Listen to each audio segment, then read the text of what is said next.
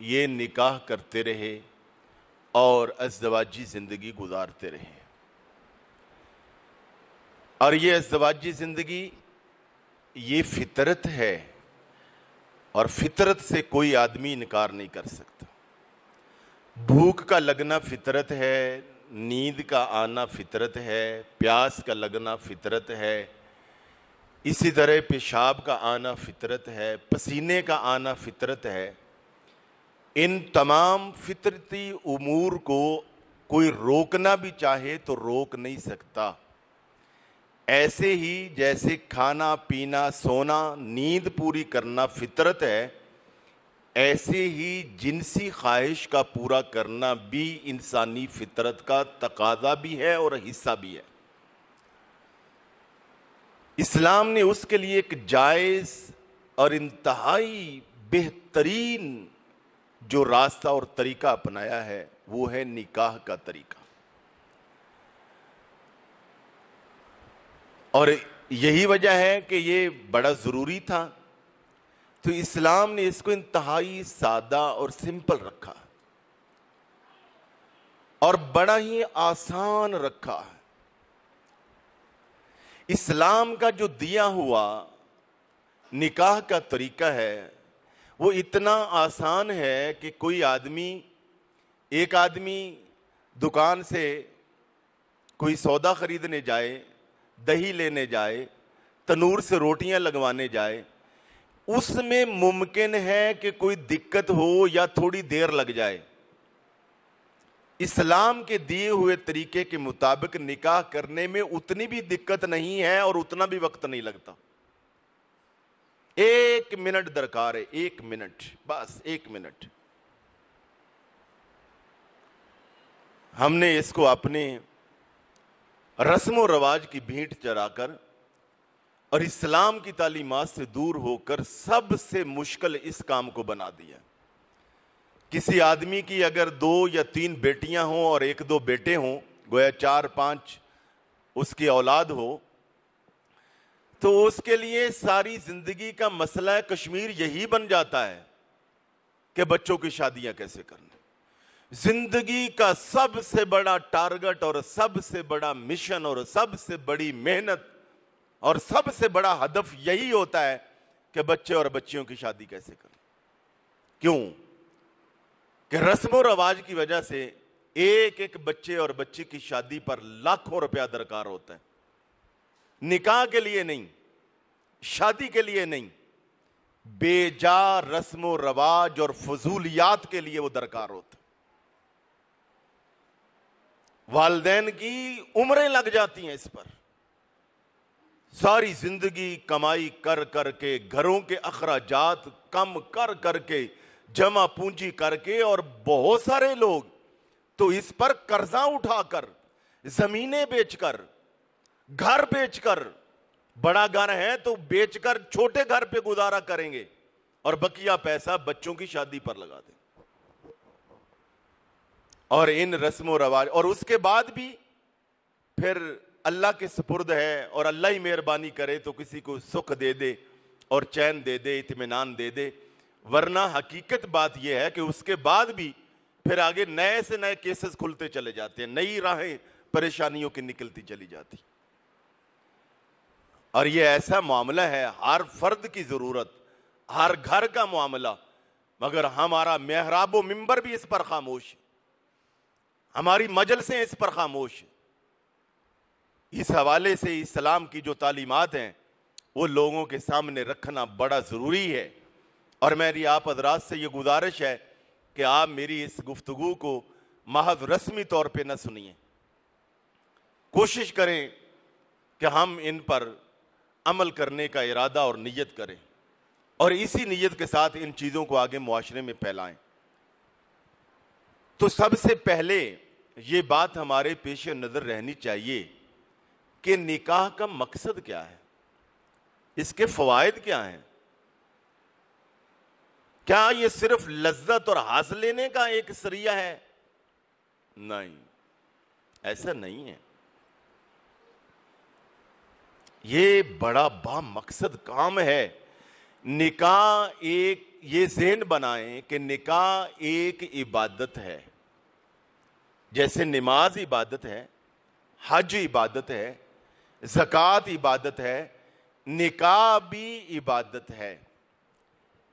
نکاح کیا ہے؟ میں چونکہ بڑی اہم گفتگو ہے تو اس لیے میں چاہوں گا کہ آپ یہ بول میں رہا ہوں ایسے لگے کہ آپ بھی میری بولی کے ساتھ متفق ہیں۔ یہ بولی صرف میری بولی نہیں ہے، یہ فطرت کی بولی ہے، یہ اسلام کی بولی ہے، اور یہ ہمارے معاشرے کی ضرورت ہے۔ تو نکاح کے مقاصد میں سے ایک مقصد نکاح کا یہ ہے کہ بندہ اس کے ذریعے گناہوں سے بچ جائے، اور واقعتاً بندہ گناہ سے بچتا ہے، واقعتاً۔ سلیم الفطرت ہونا ضروری ہے، کسی بھی آدمی کا سلیم الفطرت ہونا ضروری ہے، ورنہ تو کعبے میں بھی میں نے دیکھا ہے کہ لوگ کینچیاں رکھ کر وہاں پر خانہ کعبہ کا کپڑا کاٹ رہے ہوتے ہیں اپنی طرف سے تبرک، مگر یہ نہیں پتا کہ یہ تبرک کر رہے ہیں یا اللہ کے گھر میں بیٹھ کر وہاں بھی چوری کر رہے ہیں۔ تو سلیم الفطرت ہونا ضروری ہے۔ بارش برستی ہے، دو طرح کی زمین ہے، ایک شور زمین ہے بنجر، اور ایک زرخیز زمین ہے، میرا زمین ہے۔ میرا اور زرخیز زمین پر بارش برستی ہے تو اس کی ہریالی میں اور سبزے میں اضافہ ہوتا ہے، اور شور زمین پر برستی ہے تو اس کے شوریدہ میں اور شور پن میں اور زیادہ اضافہ، اور کلر باہر نکلتا ہے، اور کلر آٹھی ہو جاتی ہے۔ وہی بارش پھولوں پہ برستی ہے تو فضا معطر ہو جاتی ہے، وہی بارش روڑی پر برستی ہے تو اور بدبو اور تعفن پھیلتا ہے۔ اسی طرح نکاح ایک ایسی برکت والی اور ایسی عظیم چیز ہے کہ اسے اگر سلیم الفطرت آدمی اپناتا ہے تو وہ نیک بنتا ہے، اس کا دل پاک ہوتا ہے، نگاہوں میں حیا آتی ہے، اس کے چلنے بلنے بولنے میں اس کی طبیعت میں ٹھہراؤ آتا ہے۔ یہی اگر نفس پرست آدمی یہی نکاح اگر صرف چسکورا آدمی چسکے اور لذت کے لیے کرتا ہے تو اور زیادہ بگڑ جاتا ہے، اس کا بگڑنا اور حد کو پہنچ جاتا ہے۔ تو نکاح جو ہے یہ گناہوں سے بچانے والی چیز ہے۔ تو گویا نکاح کے فوائد اور مقصد میں یہ ہے، یہ گناہ اس سے تکمیل ایمان ہوتا ہے۔ حضور نبی پاک صلی اللہ علیہ وسلم نے فرمایا النکاح نصف الایمان۔ آدمی کتنا ہی پاک کیوں نہ ہو اور کتنا ہی نیک کیوں نہ ہو، نکاح کے بغیر اس کا کبھی نہ کبھی بہکنا وہ تلوار لٹکی رہتی ہے۔ بہت بھی وہ اگر کنٹرولڈ آدمی ہوگا تو وہ اپنے عمل پر تو کنٹرول کر لے گا، جذبات پر، خیالات پر، اپنے افکار پر کنٹرول نہیں کر سکتا۔ یہ صرف اور صرف جو جذباتی اور جنسی جذبات ہیں ان کا کنٹرول، صرف اس کا علاج نکاح ہے۔ اور یہی وجہ ہے کہ یہ گناہوں سے بچاتا ہے اور ایمان کی تکمیل ہوتی ہے۔ اور کیسے؟ چنانچہ حدیث پاک ہے کہ ایک آدمی مجرد اگر نماز پڑھے اسے ایک نماز کا ثواب ملتا ہے، اور اگر نکاح کے بعد وہی بندہ نماز پڑھے تو اسے ایک روایت کے مطابق 21 نمازوں کا ثواب ملتا ہے، اور ایک روایت کے مطابق ایک نماز کے بدلے میں 42 نمازوں کا ثواب ملتا ہے۔ اور سلیم الفطرت آدمی جو ہوتا ہے، صرف نکاح ہی نہیں، اس کو جب بھی اللہ تعالیٰ کوئی نعمت عطا کرتا ہے نا، اس کا دل مسلح کی طرف لگتا ہے۔ کسی نیک بندے کو، پاکیزہ خیالات والے بندے کو اللہ مال دے دے نا، وہ متکبر نہیں بنتا، وہ عاجزی کرتا ہے۔ اسے اللہ حسن دے دے، عزت دے دے، مرتبہ دے دے، سکون اور چین دے دے، تو وہ ذہن سے اور اپنے قلب و نظر سے زبان سے الحمدللہ کہتا ہے مالک تیرا شکر ہے. نکاح کے ذریعے جنسی چیز اور جنسی یہ لذت جب پوری ہوتی ہے تو جو سلیم الفطرت بندہ ہے وہ اللہ کا شکر ادا کرتا ہے مالک کہ اگر یہ تو نیک پاک اور یہ راستہ نہ دیتا تو دوسری طرف یہی عمل کرنے کا یہی ضرورت پوری ناجائز طریقے سے کی جائے. تو حضور نبی پاک نے ارشاد فرمایا جب کوئی بندہ زنا میں ملوث ہوتا ہے تو فرمایا اس وقت اس کے دل سے ایمان خارج ہو جاتا ہے. اس لمحے بندہ بے ایمان ہوتا ہے اور میں اس کا ایمان زمین و آسمان کے درمیان معلق رہتا ہے, لٹکا رہتا ہے جب تک کہ دوبارہ سچے دل سے توبہ نہ کرے ایمان واپس نہیں آتا. آپ اندازہ لگائیں یلقا اسامہ کے الفاظ ہیں قرآن میں کہ جہنم کے بڑے ہی برے گھڑے کے اندر اسے پھینکا جائے گا جس نے زنا کیا. تو بندہ مومن جب اس کی یہ جنسی تسکین نیک اور پاک طریقے سے پوری ہوتی ہے تو اپنے رب کا شکر ادا کرتا ہے کہ مالک تیرا کتنا کرم ہے. اور یہ میں بزرگوں کے جو سوانے پڑھی اور حدیث مبارکہ اور سیرت طیبہ کو سامنے رکھ کے کہتا ہوں کہ جو سلیم الفطرت بندہ ہوگا وہ نکاح کے بعد اس کی نمازوں میں زیادہ خشوع و خضوع آ جائے گا. ابھی 2 جمعہ پہلے ایک میرے پاس نوجوان آیا, ینگ, غالباً 38 سال عمر بتائی, مگر پہلوان ٹائپ تھا, باڈی بلڈر. وہ میڈیا میں بھی اچھے عہدے پر جاب کر رہے ہیں, اس کے ساتھ ساتھ وہ پولیس میں بھی کسی اچھے محکمے اچھے وہ ہے, تو اس کے ساتھ ساتھ اس کا اب PhD بھی مکمل ہو گئے. تو اس حوالے سے کچھ اس کو دینی ریفرنس چاہیے تھے تو وہ میرے پاس آیا.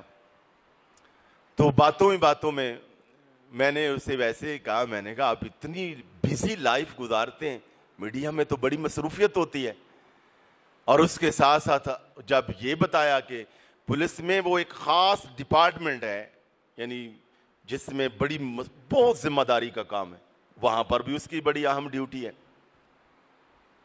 اور اس کے ساتھ ساتھ PhD اب مکمل ہونے کو ہے. میں نے کہا یار آپ کیا ہو؟ کہنے لگا حضرت صاحب اس کے ساتھ دوسری بات بتاؤں ہے جی, ابھی 2 مہینے پہلے میں نے تیسری شادی کی ہے. میں حیران ہو گیا, یہاں تو ایک شادی کو ٹائم دینا بڑا مشکل ہے. وہ کہنے لگا میرے ساتھ بھی ایسے ہی تھا. جیسے ہی میں نے جب یہ حدیث مبارکہ سنی کہ حضور کے پاس ایک بندہ آیا کہ یا رسول اللہ میں بڑا تنگ دست ہوں, تو سرکار نے پوچھا شادی شدہ مجرد؟ یہ مجرد, فرمایا شادی کرو. اور وہ آیا اور آ کے کہا یار کچھ عرصے کے بعد یا رسول اللہ میرے حالات میں کوئی زیادہ بہتری نہیں آئی, نگاہ نبوت سے دیکھا, فرمایا ایک شادی اور کرو. وہ پھر آیا کچھ عرصے کے بعد, وقت کے بعد, تو آ کر کہنے لگا یا رسول اللہ میں تو بس ہو گئی, اپنا خرچہ, فیملی کا خرچہ, 2 ازواج. فرمایا ایک اور کرو. تیسری شادی کر کے بھی آ گیا کچھ عرصے کے بعد, تو پھر رونا دھونا وہیں پر تھا. تو سرکار نے فرمایا جا کے چوتھی بھی کرو. 4 شادیاں کر کے کچھ وقت کے بعد آیا, کہنے لگا یا رسول اللہ میں تو خوشحال ہو گیا ہوں. میرے رسول نے یہ ایسے نہیں فرمایا, ویسے تو حضور کی اپنی زبان بھی کلام ہے, کلام الہی ہے, یہ قرآن کے اندر ہے. اللہ نے فرمایا نکاح میں ہم نے برکت رکھ دی ہے, نکاح میں برکت ہے. اچھا جب میں یہ حدیث پڑھنا تھا تو میرے ذہن میں آیا کہ شیطان اسی چیز کو زیادہ ہمارے لیے اس میں پرابلم کریٹ کرتا ہے جس میں زیادہ برکت ہوتی ہے. اسی چیز سے لوگوں کو زیادہ متنفر کرے گا جس میں زیادہ عزت ہوتی ہے, برکت ہوتی ہے. مثال کے طور پہ داڑھی جو ہے اس میں بڑا وقار ہے, عورتوں کے لیے پردہ بڑا وقار ہے اور بڑا تحفظ ہے. شیطان ایسا لعین ہے کہ سب سے زیادہ شکوک و شبہات جو پیدا کرے گا نا داڑھی کے حوالے سے کرے گا. اور عورتوں کو پردے کے حوالے سے کرے گا. مطلب سچ ہے, اس میں برکت ہی برکت ہے, کامیابی کامیابی. شیطان کا کہے گا نہیں نہیں, اور کدے کدے جھوٹ بھی بول لیا کرو, اور بڑے سچ سے نہ ٹھکے رہا کرو. یہ باتیں الٹی پلٹی باتیں سے, یہ شیطان. ایسے ہی نکاح بڑی برکت والی چیز ہے, اور دوسرا نکاح اس سے برکت والی چیز ہے, تیسرا اس سے زیادہ برکت والی چیز ہے. اس نے اس کے مقابلے میں ہمارے معاشرے میں کیا کر دیا. اچھا میں یہ بات بتاؤں, میں نے اس پہ بڑی کھل کے باتیں کرنی ہے, ذرا اپنا بڑا مائنڈ ہو کے بیٹھنا, آپ نے کھل کے باتیں کر لی جائیں اس پہ کہ نہیں. پہلے ریفرنڈم کرا لوں, میری چھٹی نہ ہو جائے, اس پہ کھل کے باتیں کر لوں. ہاں جی, یہ ضرورت ہے نا اس پہ. تو ہمارے ہاں کیا ہے کہ کسی نے ایک شادی 2 داشتائیں رکھی ہوئی ہیں, ایک شادی 3 رکھیلیں رکھی ہوئی ہیں. وہ چودھری صاحب ہے, مار صاحب ہے, خان صاحب ہے, جٹ صاحب ہے, بٹ صاحب ہے, وہ بڑا کچھ ہے معاشرے. اس کے مقابلے میں ایک آدمی اپنی آخرت سے ڈرتے ہوئے, اللہ کے خوف کی وجہ سے, وہ یہ ہدف بناتا ہے کہ بھائی میں نے گندا کام نہیں کرنا, میں نے بے حیائی میں نہیں پڑنا, اسلام نے مجھے راستہ دیا ہے اور میں افورڈ بھی کرتا دوسرا نکاح کر لوں. گھر سے لے کر باہر تک وہ جائے کہاں. باتیں ہوں گی, بڑا شوقین مزاجی, بڑا رنگین مزاجی, کہ پہلے نہ نکاح کیا, دوسرا تیسرے واسطے بھی تیاری کر رہے. تو مجھے اس نوجوان نے بتایا, حضرت صاحب میں پہلے کبھی, جب میری ایک شادی تھی تو میں کبھی نماز پڑھتا تھا, کبھی چھوڑ دیتا تھا. جب میرا دوسرا نکاح ہوا تو اللہ تعالیٰ نے مجھے, میرے دل میں آیا کہ میرے مالک نے مجھ پہ کرم فرمایا اور بڑی آسانی سے میرا دوسرا نکاح ہو گیا. تو میں نے اس شکریہ کے طور پر یہ عہد کر لیا کہ آج کے بعد با جماعت نماز نہیں چھوڑوں گا. کہا جی پچھلے 2.5 سال سے میری 95% نمازیں جو ہیں وہ با جماعت ہیں, اور 97% نمازیں کبھی رکعت رہ جاتی ہیں, یعنی 2.5% باقی رہ گئی نا کہ جن میں رکعت رہ گئی, 97.5% میں بھی جماعت کے ساتھ. اور بقیہ جو ہے اس نے کہا کبھی اگر رہ جائے سفر میں یا کسی, تو نماز نہیں کبھی میری رہی. اب جب میں نے تیسری شادی کی ہے 2 ماہ پہلے, اس دن سے لے کر حضرت صاحب آج تک میری تہجد کبھی نہیں رہی. آج سا سبحان اللہ کہا ہے آپ نے. اور ساتھ کیا کہا, کہنے لگا کہ اب جنت سے حور بھی آ جائے, عورت تو میری نظر میں جو عورت کا فتنہ ہوتا ہے, عورت کا احترام اپنی جگہ پہ بطور بیٹی بیوی بہن, میں اس کی بات نہیں کر رہا, عورت کا جو فتنہ ہے, اس نے کہا وہ کیا چیز ہوتی ہے یہ میں بھول ہی گیا ہوں. تیسرے نکاح کے بعد یہ بھول ہی گیا ہوں کہ کوئی عورت کا فتنہ بھی ہوتا ہے. ارے دل میں 100 میل تک بھی اس کا خیال نہیں ہے. میرا ایمان مکمل ہو گیا, اور تینوں بیویوں کو برابر ٹائم دیتا ہوں, اور 3 مجھے اللہ تعالیٰ نے بہترین قسم کی جاب دے دی ہیں. اور بتا رہا تھا کہ یہ میرا پی ایچ ڈی اسی مہینے کمپلیٹ ہونے والا ہے, تو میں پنجاب پولیس میں بڑے اعلیٰ عہدے پر فائز ہونے والا ہوں. تو یہ ہمارا معاملہ یہ ہے. تو نکاح جو ہے اس کے مقاصد میں سے, فوائد میں سے یہ ہے کہ آدمی گناہوں سے بچتا ہے اور ایمان میں تکمیل ہوتی ہے. اور اسی طرح نکاح سے دونوں کو, یعنی مرد اور عورت کو عزت ملتی ہے, دونوں کو. اگر کوئی خدا نخواستہ ناجائز تعلقات جوڑے تو آپ اندازہ لگائیں منہ دکھانے کے قابل نہیں, اور وہی اگر اپنا نکاح کر لیں اپنے جو طریقہ کار ہے اس کے مطابق, تو لوگ دونوں کو مبارکیں دیتے ہیں, ان کو پھول پیش کرتے ہیں, تحائف دیتے ہیں.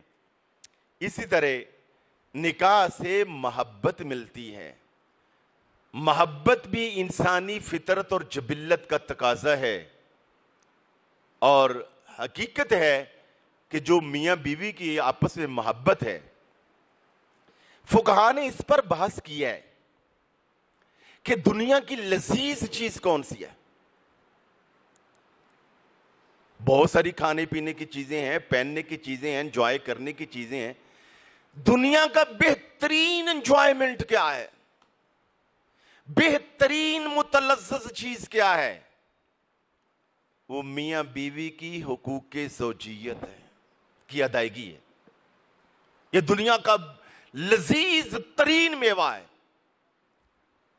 اور اس میوے کو جائز طریقے سے حاصل کرنے سے اسلام نے اتنا آسان بنایا ہے، اتنا آسان بنایا ہے کہ میرا خیال ہے کہ 90% مسلمان اس سے آگاہ ہی نہیں۔ مثلا بچہ بچی ایک دوسرے کو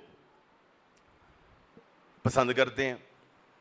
اچھا، پہلی شادی میں اور کنوارے پن میں کئی طرح کے مسائل ہیں۔ ادھر عورت بھی با اختیار ہے، ادھر مرد بھی با اختیار ہے۔ ایسے بے شمار جوڑے ہیں، بے شمار مرد و خواتین ہیں کہ بھئی اتفاق سے والد بھی نہیں ہے، والدہ بھی نہیں ہے، بھائی بھی نہیں ہے، اور اس نے کسی سے مشورہ نہیں کرنا، وہ خالصتاً اپنے معاملات میں آزاد ہے۔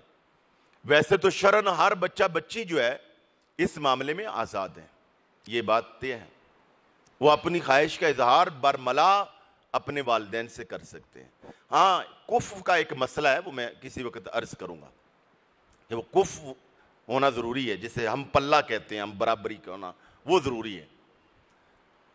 ایسا بھی نہ ہو چونکہ یہ میسج آ رہا ہے کہ بھئی ایک بچی کو والدین نے پڑھایا ہے، لکھایا ہے، وہ اس کو کسی خاص جگہ پہ پہنچایا ہے سماجی اعتبار سے، علمی اعتبار سے، تو وہ اب کہہ دے جی میں نے وہ جو سگریٹ پیتا، نشہ کرتا رکشے کا ڈرائیور ہے، میں نے اس سے شادی کرنی ہے۔ شرن تو ہو جائے گی مگر کفر نہیں ہے، برابری نہیں ہے، سماجی اعتبار سے، علمی اعتبار سے، خاندانی اعتبار سے یہ کفر کا باعث ایک مسئلہ ہے۔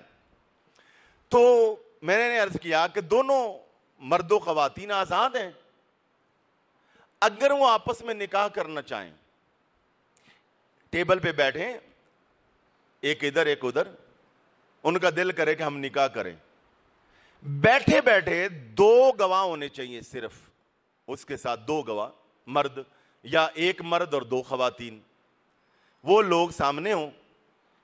مرد عورت کو کہہ دے کہ میں نے اتنے حق مہر کے عوض تمہیں قبول کیا، اور عورت کہہ دے کہ میں نے اتنے حق مہر کے عوض ہاں جو تو نے آفر کی میں نے قبول کی، نکاح ہو گیا۔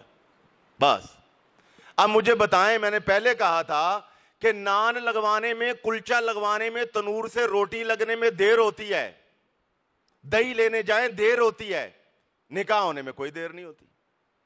یہ جو مولوی صاحب کا درمیان میں فرض ہم نے گھڑ لیا ہے نا، یہ ہم نے گھڑا ہوا ہے، یہ جو شادی حال کی پابندی ہم نے لگائی ہے، یہ جو مائیوں، مہندی، پتہ نہیں وہ اتنی ساری رسمیں ہیں، اس کے تو نام یاد کرنی مشکل ہے۔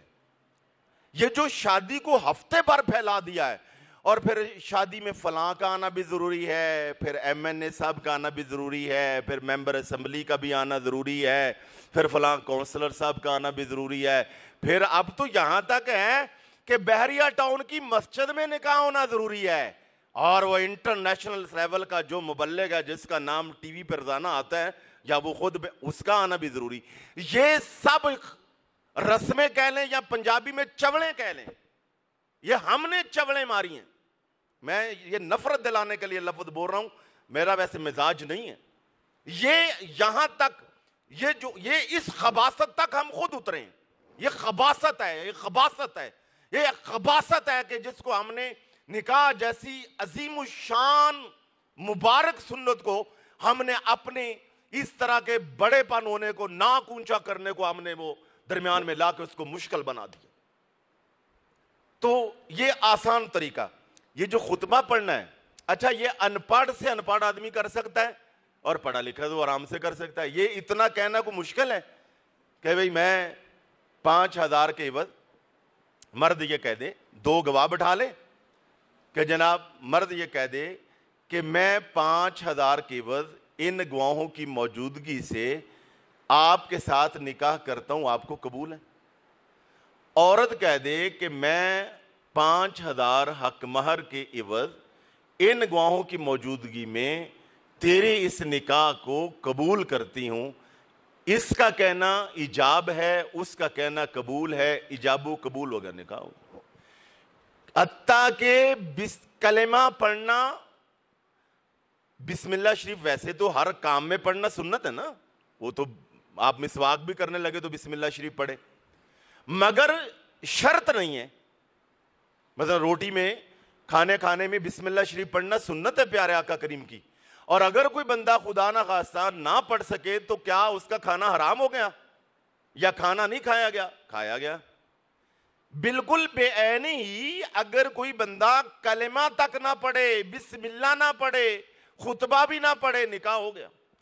بالکل ان کے معاملات ازدواجی ہر طرح کے جائز ہیں. اچھا مجھے بتاؤ یہ مشکل ہے کوئی کام؟ ہاں جی، یہ کام کوئی مشکل نہیں، کوئی مشکل نہیں. ہم نے بنا دیا اس کو مشکل. اس کے ساتھ ساتھ اللہ کے پیارے رسول نے کیا فرمایا، سبحان اللہ. ہم پھر بنا لیتے ہیں ایک ایسی فیملی صرف اس لیے ڈیلے کرتی جا رہی 6 ماہ سے کہ بحریہ ٹاؤن کی انتظامیہ مسجد میں وہاں تک ان کا کوئی رسائی نہیں ہو رہی یا کوئی وہ اجازت نہیں ملتی کہ وہ بحریہ ٹاؤن کی مسجد میں کبھی تاریخ وہ نہیں ملتی. تو پھر وہ جو انٹرنیشنل قسم کے کوئی مولانا جو ہیں وہ آتے ہیں ٹیلی ویژن پر، پھر کبھی وہ ٹائم نہیں ملنا. صرف ان 2 وجہوں سے 6 ماہ سے نکاح لیٹ ہو رہا ہے. اور میں اگلی بات نہیں بتا سکتا کہ اس تاخیر کی وجہ سے اور کیا ہو رہا ہے، کیونکہ میرے ساتھ پوری فیملی جانتی ہے، بچی اور بچے والے بھی دونوں، اور بچی اور بچہ بھی دونوں کے فون نمبر بھی میرے پاس ہیں. ٹھیک ہے، 6 ماہ اس وجہ سے تاخیر ہو رہی ہے، اور اس کے بدلے میں کیا ہو رہا ہے وہ میں بیان نہیں کر سکتا. کون گناہگار ہے، کون مجرم ہے، کون پکڑا جائے گا؟ پھر آپ کہیں کہ جناب نوست بڑی ہے، بدبختی بڑی ہے، پریشانی بڑی ہے، بیماری بڑی ہے، علاج کے باوجود. بھائی سب کچھ تو آپ کے آنکھوں کے سامنے ہو رہا ہے. اس سے پہلے یہ جو رسم مہندی ہوتی ہے، میں نکاح پڑھانے جاتا ہوں، آپ دیکھتے ہیں وہ آج کل وہ ایک جھولا لگا دیتے ہیں، جھولا. اور جھولے کے اوپر وہ جو ہندوؤں والے زرد کپڑے ہیں، وہ پتہ نہیں کہاں سے وہ جنت سے اتر کے آئے ہوتے ہیں، وہ پہنے ہوتے ہیں اور بھی لوگوں نے پہنے ہوتے ہیں. اور وہ بچی اور بچے کو وہاں بٹھا دیتے ہیں، اور ساتھ مولانا صاحب کی کرسی، کیمرے، سارا کچھ، اور پیچھے میوزک، فلمی گانے. اس موقع پر منت سماجت کے انداز میں ڈرتے ڈرتے کہنا پڑتا ہے ذرا وہ گانا بند کروا دیں. 2 منٹ کے لیے، 3 منٹ کے لیے، بڑی مشکل سے. ایک نے ایسا ڈھیٹ ہے، میں وہاں پہ گیا، اس نے بند نہ کیا، آواز کم کر دی، وہ شور مچا ہوا. اچھا میں نے کہا جب خطبہ ہو گیا، میں نے کہا لاؤ بھائی وہ مائک لاؤ، میں پڑھ دوں. میں نے سوچا جس حال میں گانے شانے چلے ہیں، چلو یار یہاں تو تھوڑا قرآن پڑھ دے گا، کچھ بیلنس تو ہوگا نا، اللہ کی رحمت بھی آ جائے گی. تو وہ جناب اتنا اعلیٰ قسم کا، وہ بڑی کمپنی کا ان کے پاس ساؤنڈ، تو جی وہ مائک نہیں ہے، یعنی قرآن پڑھنے والا جو حصہ ہے جس سے قرآن پڑھا وہ نہیں ہے، وہ سی ڈی کے ذریعے یا وہ یو ایس بی کے ذریعے بس لگا، وہ گانے لگے ہوئے بس. تو میں نے عرض کیا اچھا وہ بٹھا دیتے ہیں جھولے کے اوپر. نکاح سے 1 لمحہ پہلے کے لیے یہ دونوں غیر محرم ہیں، یہ ٹچ نہیں کر سکتے، ایک دوسرے کا ہاتھ نہیں پکڑ سکتے. اس وقت ہاتھ پکڑنا ایسے ہے جیسے راہ جاتی کسی عورت کا ہاتھ پکڑنا، اس کے ساتھ ٹچ کرنا سخت گناہ ہے. اور اگر دونوں کی اس وقت جنسی جذبات بھی اندر ہوں اور شہوت بھی ہو تو یہ زنا ہے. اور زنا بھی ایسا کہ میرے رسول نے فرمایا ایک وقت آئے گا سر عام زنا ہوگا. آپ نے یہ حدیث سنی ہے نا، سر عام زنا ہوگا. اس وقت وہ اللہ کا بہت بڑا ولی ہوگا جو یہ کہہ دے گا کہ بھئی کر لو، ذرا تھوڑا سا ادھر ہو جاؤ، اس سڑک کے کنارے تھوڑا ادھر ہو جاؤ. وہ یہ نہیں کہہ سکے گا کہ نہ کرو، معاشرہ اس قدر آگے جا چکا ہوگا، بس یہ کہہ دے گا تھوڑا. یہ زنا ہے. تو کیا ہے، صرف اتنا کیا کہ بھئی سڑک کے کنارے نہیں کیا، تھوڑا حویلی میں کر لیا یا گھر میں کر لیا. تو میں تو اعلان کہہ دیتا ہوں کہ مجھ سے نکاح پڑھانا بھائی علیحدہ کرو، بچی کو ادھر بٹھاؤ، بچے کو ادھر بٹھاؤ، نکاح کے بعد اکٹھے بیٹھو. تو یہ کیا ہے؟ یہ ہماری جہالتیں ہیں. تو الغرض نکاح کے مقاصد میں سے ایک یہ ہے کہ دونوں کو محبت مل جائے, دونوں کو عزت مل جائے اور شریک حیات مل جائیں. ہر بندہ چاہتا ہے میں کسی سے اپنی خاص دل کی بات کر لوں. بڑے بڑے دوستوں سے آپ کی رازداری ہوگی اور بہت کچھ آپ کے معاملات اوپن ہوں گے, مگر جو کچھ میاں بیوی کا ایک دوسرے پر اوپن ہوتا ہے یا اوپن کر سکتے ہیں کسی اور سے نہیں کر. ایسی تنہائی اور ایسی خلوت آپ کسی اور سے کر ہی نہیں سکتے. اور یہ انسانی فطرت ہے کہ کسی کوئی ایک موقع تو ہو کہ بندہ اس حد تک آزادانہ کسی کے ساتھ بیٹھ کے کوئی بات کر لے. یہ صرف میاں بیوی, اور یہ کس کی؟ یہ نکاح کی وجہ سے. اور نکاح کا سب سے بڑا مقصد یعنی ان چیزوں کے بعد وہ ہے اولاد کا حصول, کہ اللہ تعالیٰ میں نکاح کروں گا, اللہ تعالیٰ مجھے اس کے ذریعے نیک اولاد. اور نبیوں نے اولاد مانگی, ولیوں نے اولاد مانگی. حضرت زکریا علیہ السلام کا تو واقعہ مشہور ہے کہ حضرت بی بی مریم کے پاس جب انہوں نے دیکھا کہ پھل پڑے ہوئے ہیں اور پھل بھی بے موسمے, تو کچھ عرصے سے انہوں نے یہ دعا کہہ لیں یا یہ ارادہ ترک کر دیا تھا کہ بھئی اب تو میری ہڈیاں بھی بوڑھی ہو چکی ہیں, عمر کے اس حصے کو پہنچ چکے ہیں, کوئی 90 سے بھی اوپر ہو چکے ہیں, تو اب کہاں ملنی. اور اماں جان بھی بالکل بوڑھی. جب دیکھا کہ مریم کے پاس بغیر موسم کے پھل پڑے ہوئے ہیں, وہ اللہ اللہ جہاں کر رہی تھی, تو دل میں پھر خیال آیا یا اللہ تو مریم بی بی کو بغیر موسم کے پھل دے سکتا ہے, تو میں بوڑھے زکریا کے بھی تو نکاح کے بعد اس عمر میں مجھے اولاد دے سکتا ہے. پھر اللہ سے دعا مانگی تو اللہ تعالیٰ نے اس عمر کے حصے میں بھی جہاں تصور نہیں کیا جا سکتا اللہ نے اولاد عطا فرمائی. حضرت زاہیہ جیسا عظیم الشان پیغمبر اللہ نے عطا فرمایا. تو نیک اولاد کی تمنا کرنا تو نکاح کے مقاصد میں سے ایک مقصد یہ ہے. انشاءاللہ العزیز نکاح کے یہ جو فضائل بھی بیان کریں گے, اور اس کے ساتھ ساتھ جو ہے وہ جو قباحتیں ہیں, جو اس میں ہماری رسم و رواج ہیں, میں نے کافی چیزیں اس پہ جمع کی ہیں اور آپ سب بھی جانتے ہیں. کچھ چیزیں انشاءاللہ کھل کر بیان کریں گے انشاءاللہ اس نیت کے ساتھ کہ ہم زیادہ نہ سہیں تو اپنے ماننے والے, جاننے والے, قریبی دوست, ان کے اندر تو موڑا موڑے نا یار. کوئی 2-4 بھی اللہ کرے بچ گئے.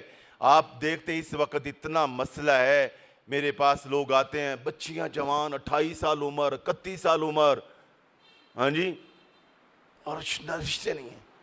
اور مردوں کا, لڑکوں کا میں کہتا ہوں یہ نکاح کہ انہوں نے کوئی الٹرنیٹو نکال لیے ہوئے ہیں, یوٹیوب نکال لی ہوئی ہے, گندی فلمیں نکال لی ہوئی ہیں, ہاں جی, ہینڈ کا استعمال کرنا شروع کر دیا ہوگا, یا اور اس طرح نکاح سے فرار اختیار کر رہے ہیں.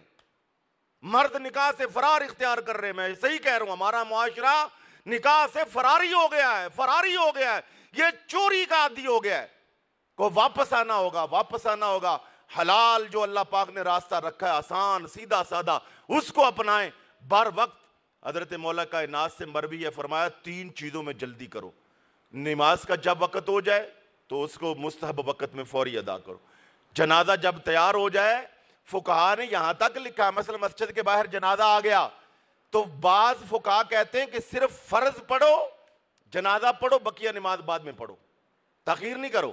اور بعض فقہا کہتے ہیں کہ نماز پڑھ لو, فرض پڑھ لو, جماعت کروا لو, سنتیں چھوڑ دو. وہ نماز نہیں, سنتیں پڑھ لو, نفل چھوڑ دو. اس پر فتویٰ ہے, فتویٰ اس پر ہے, مطلب نوافل چھوڑ دیں, جلدی جلدی پہلے نماز جنازہ پڑھیں. اور تیسرا فرمایا جب بچی اور بچہ جوان ہو جائے تو ان کی فوری بر وقت نکاح کر دو. یہ اچھا مجھے یہاں عجیب رستو بن گئے ہم, او جی ابھی یہ کرنا ہے, ابھی وہ کرنا ہے, ابھی ایسے ہونا ہے, ابھی وہ.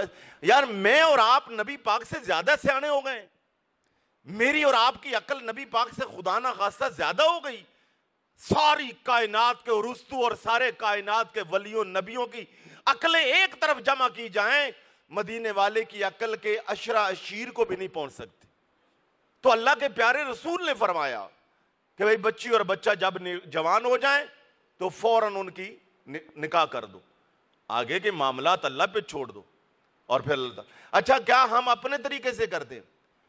ہم نے یہ روش اختیار کی ہے نا کہ بھائی او جی میچور ہو جائے, او جی جاب ہو جائے, جی کاروبار ہو جائے, یہ کیا نا. آپ ذرا رپورٹ نکال کے دکھا لیے, جب شادیاں بر وقت ہوتی تھی اس وقت شرع طلاق کیا تھی, اس وقت بچوں کی اموات کی شرح کیا تھی, اب بچوں کی اموات کی شرح کہاں ہے اور معاشرے میں طلاق کی شرح کہاں ہے, ذرا اس پہ دیکھیے گا. میں بھی انشاءاللہ پیش کروں گا آپ کو ان چیزیں. تو کہاں گئی آپ کی عقل؟ طریقہ رسول پاک کا, حضور کی سنت, حضور کے معاملات, حضور کی سیرت, اسی کو مشل راہ بنائیں گے تو کامیابی ملے گی. وآخر دعوانا